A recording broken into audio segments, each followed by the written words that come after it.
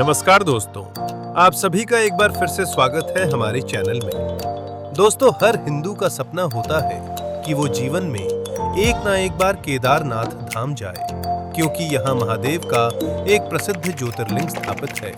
इसलिए हर साल देश के कोने-कोने से लाखों करोड़ों शिव भक्त यहाँ पर चले आते हैं। यहाँ केदारनाथ धाम में केदारनाथ मंदिर के अलावा भी कुछ ऐसे प्रसिद्ध स्थान हैं जहां पर आपको जरूर जाना चाहिए। तो चलिए फिर जानते हैं कौन से हैं ये प्रसिद्ध स्थान। तो इस लिस्ट में पहले नंबर पर आता है गौरी कुंड। दोस्तों, केदारनाथ धाम के लिए पैदल चढ़ाई गौरी कुंड से ही शुरू होती है और यहाँ पर गौरा माता का एक प्राचीन मंदिर और गर्म पानी का कुंड है। इस कुंड की खासियत ये है कि यहाँ पर हमेशा ही गर्म पानी निकलता रहता है। केदारनाथ जाने वाले श्रद्धालु सबसे पहले यहाँ गर्म पानी के कुंड में स्नान करते हैं और फिर इसके बाद मंदिर में दर्शन करने के बाद ही अपनी यात्रा को शुरू करते हैं। इस जगह के बारे में कहा जाता है कि माता पार्वती ने यहाँ बैठकर भगवान शिव को पाने के लिए ध्यान किया था, इसलिए इस जगह का विशेष महत्व है। तो अगर आप भी केदारनाथ यात्रा पर आते हैं तो यहाँ पर जाना बिल्कुल भी ना भूलें। लेकिन अगर आप हेलीकॉप्टर से केदारनाथ आते हैं तो आप यहाँ के दर्शन नहीं कर पाएंगे, क्योंकि हेलीकॉप्टर आपको डायरेक्ट ही केदारनाथ मंदिर के पास ले जाता है। केवल पैदल यात्रा करने वाले ही यहाँ पर दर्शन कर सकते हैं। दोस्तों, इसके बाद हमारी इस लिस्ट में अगले नंबर पर आता है भीमशिला। दोस्तों, गौरी कुंड से केदारनाथ मंदिर पहुंचने के बाद आप यहाँ के शिवलिंग के दर्शन कर लीजिए, जिसके लिए श्रद्धालु यहाँ केदारनाथ मंदिर आते हैं।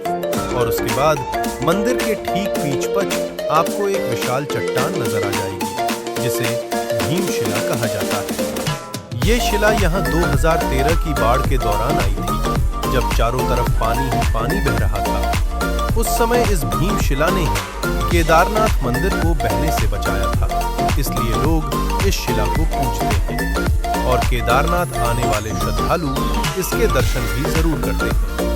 ये बहुत ही विशालकाय चट्टान है जो केदारनाथ मंदिर के ठीक पीछे खड़ी है। दोस्तों, इसके बाद हमारी इस लिस्ट में अगले नंबर पर आता है शंकराचार्य समाधि स्थल। दोस्तों, केदारनाथ मंदिर से थोड़ा सा ही पीछे जाने पर शंकराचार्य जी का समाधि स्थल है। दोस्तों, आदि गुरु शंकराचार्य जी ने ही भारत के 4 धर्मों की स्थापना की थी।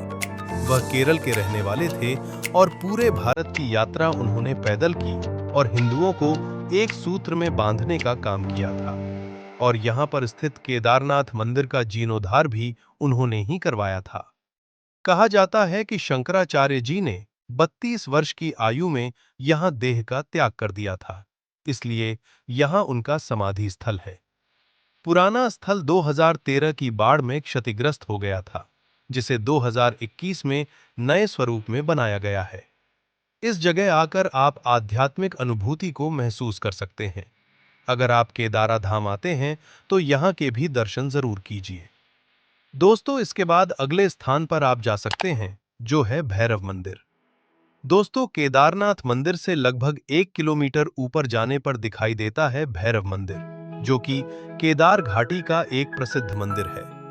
भैरवनाथ जी को केदार घाटी का रक्षक देवता माना जाता है और माना जाता है कि भैरवनाथ ही 6 महीने जब केदारनाथ के कपाट बंद रहते हैं, यहाँ से केदार घाटी की देखभाल करते हैं।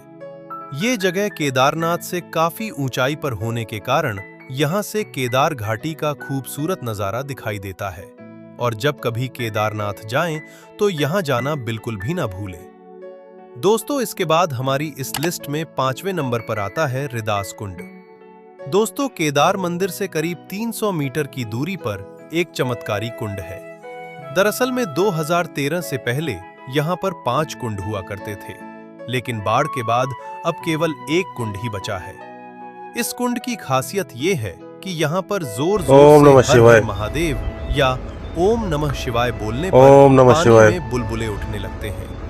इस चमत्कार को देखकर लोग दंग रह जाते हैं। इस कुंड के बारे में कम ही लोगों को पता है, तो जो लोग इस कुंड के बारे में जानते हैं वही लोग यहाँ पर दर्शनों के लिए आते हैं।